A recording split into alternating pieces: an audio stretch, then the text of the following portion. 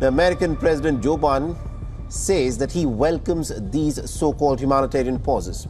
And this is only to allow the besieged Palestinian people to flee from their homes. Mula pa noong Oktubre hanggang sa kasalukuyan ay hindi pa rin natatapos ang digmaan sa Israel. Nagkaroon ng tila roller coaster na mga kaganapan sa bayan ng Israel at lagi natin pinapanalangin na nawa ay matapos na ito. Ngunit habang tayo ay nagmamasid sa mga pangyayari sa Israel, lalo akong nagkakaroon ng awa, hindi lamang sa Israel kundi sa mga kalaban nito. Dahil tila baga nawalan na ng konsensya ang Israel sa mga kalaban nito na pati ang mga sibilyan ay nadadamay na.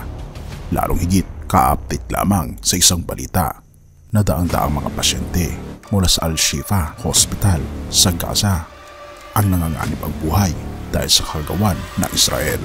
Atin itong pag-usapan mga kaibigan.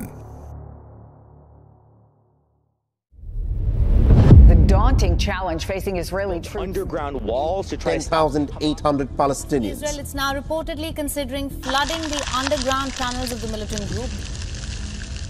Ang Direktor General ng Ospital ng Gaza ay nag-warning sa mga tao na na-admit sa Al-Shifa Hospital kung saan daan-daang mga pasyente ang at risk dahil sa catastrophic na sitwasyon.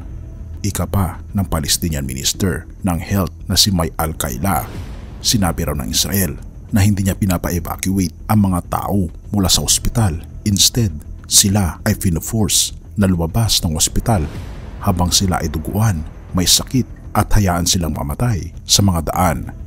Ito ang karumal-tumal na pahayag sa leadership ng Israel na walang iba kundi ang presidente ng Israel. At dahil ito, isa itong pagpapahayag ng tila baga wala ng puso ang Israel sa kanyang mga kalaban.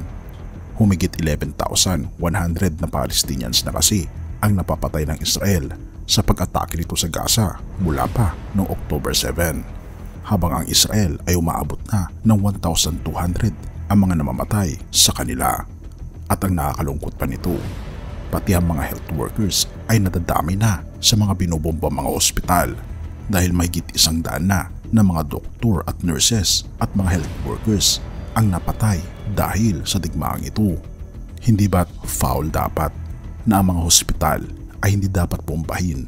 Isang pa dito ang nakakalungkot na sitwasyon ng mga bata na naka-admit sa Al-Shifa Hospital na pati sila ay pinapalayas sa hospital na ito dahil potential daw na maging pugad ng mga Hamas. Ngunit wala kayang ibang remedyo upang matugunan naman ang mga pangangailangan ng mga inosenteng sibilyan? Ano ang masasabi niyo mga kaibigan patungkol sa topikong ito?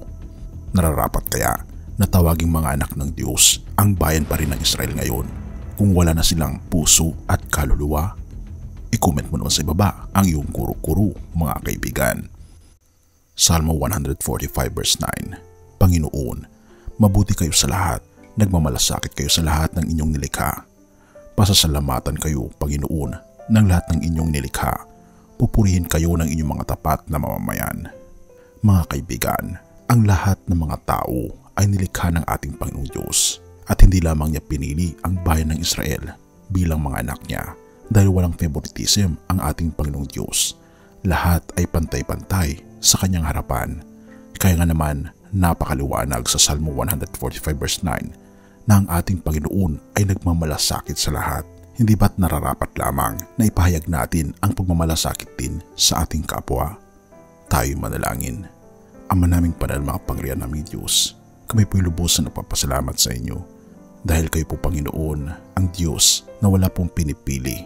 Lahat po Panginoon ay mahal po ninyo mula sa bayan ng Israel hanggang sa mga Pilipino, Inchik, Amerikano at marami pang mga lahi dahil ang buong mundo Panginoon ay sobrang mahal po ninyo.